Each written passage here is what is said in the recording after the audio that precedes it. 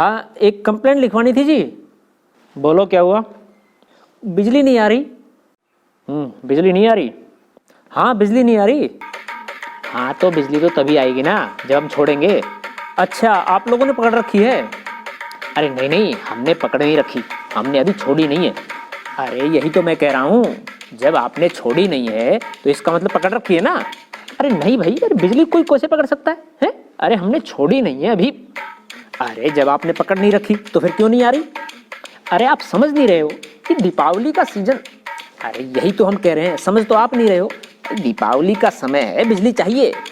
देखो, काटने पीटने का नाम मत लो भाई, दीपावली का समय है, दिल मत जलाओ, दीप जलाओ। हाँ, तो आप भी दीप जलाओ। अरे कैसे जलाएं दीप, बिजली तो आ ही नहीं रही। अच्छा, आप दीपक भी बिजली से जलाते हो क्या भाई? अरे दीपक बिजली से नहीं जलाते हैं।